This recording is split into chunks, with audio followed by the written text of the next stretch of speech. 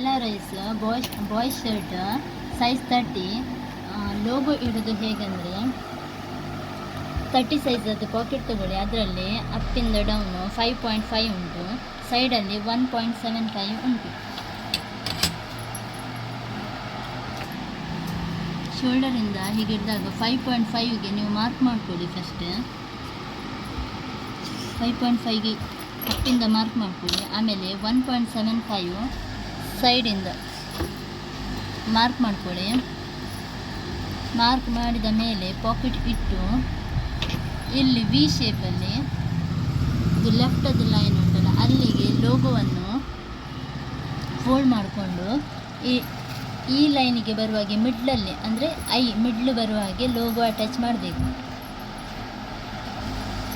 ಇದು logo attach ಮಾಡಿದ್ದು wrong ಆಗಿದೆ. ಪಾಕೆಟ್ ಇಟ್ಟ ಮೇಲೆ ಅಂದರೆ ಈಗ ಒಂದು ಸಲ ಚೆಕ್ ಮಾಡ್ಕೊಳ್ಳಿ. ಇಲ್ಲಿ ಲೈನ್ ಹಾಕೊಳ್ಳಿ.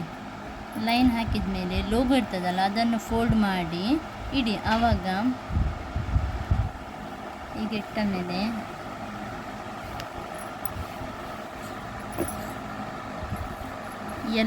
ಹೀಗೆ ಬರಬೇಕು.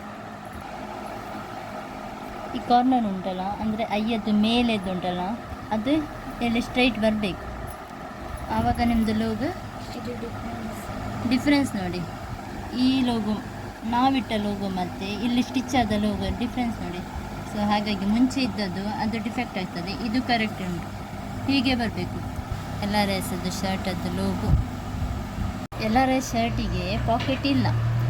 ಒಂದು ವೇಳೆ ಈಗ ಬೇರೆ ಶರ್ಟಿಗೆ ಪಾಕೆಟ್ ಉಂಟು, ಆವಾಗ 30 ಸೈಜದ್ದಿದ್ದರೆ 5.5ಅಲ್ಲಿ 5.5 ಬರ್ತದೆ ಅಪ್ಪಿಂದ ಡೌನಿಗೆ. ಆವಾಗ ಅರ್ಧ ಇಂಚಿ ಮೇಲೆ ಇಟ್ಟು ಲೋಗೋ ಕುತ್ಕೊಳಿಸ್ಬೇಕು. ಇದಕ್ಕೆ ಪಾಕೆಟ್ ಇಲ್ಲ, ಹಾಗಾಗಿ ಇದು ಕರೆಕ್ಟ್ 5.5ಗೆ ಅಟ್ಯಾಚ್ ಮಾಡಬೇಕು ಲೋಗೋ.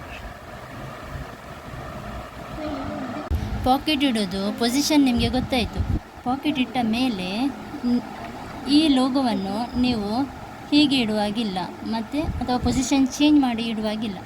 ನಾವು ಸ್ಟ್ರೇಟ್ ಇಟ್ಟಾಗ ನಮಗೆ ಇಲ್ಲಿ ವೈಟ್ ಲೈನ್ ಮತ್ತು ಮತ್ತೊಂದು ಲೈನ್ ಕಾಣಿಸ್ತದೆ. ಆವಾಗ ಇದು ಹೀಗೆ ಇಲ್ಲಿ ಕ್ಯಾಂಡಲ್ ಉಂಟಲ್ಲ ಅದು ಒಂದು ವೇಳೆ ಇಲ್ಲಿ ಬಂದರೆ ಈ ಬಾಕ್ಸ್ ಅಂದರೆ ಬ್ಲೂ ಕಲರದ್ದು ಬಾಕ್ಸ್ ಬಂದರೆ ಅದೇ ಸ್ಟ್ರೈಟಿಗೆ 982 ಅಂತ ಬಂತು, ಅಲ್ಲಿ ಸ್ಟ್ರೈಟಿಗೆ ಇಡಬೇಕು.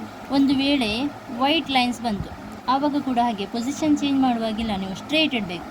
ಈ ಕ್ಯಾಂಡಲಿಂದ ಸ್ಟ್ರೈಟಿಗೆ ವೈಟ್ ಲೈನ್ಸ್ ಉಂಟು, ಇಲ್ಲಿ ಕೂಡ ವೈಟೇ ಬರಬೇಕು. ಅದು ಬಿಟ್ಟು ಇದನ್ನು ಈ ಥರ ಅಥವಾ ಲೈನ್ಸ್ ತಪ್ಪಿಸಿ ಇಡುವಾಗಿಲ್ಲ. ಸ್ಟ್ರೈಟ್ ಇಟ್ಟಾಗ ಆ ಡಿಫೆಕ್ಟ್ ಆಗೋದಿಲ್ಲ, ಈ ಥರವೇ ಬರಬೇಕು.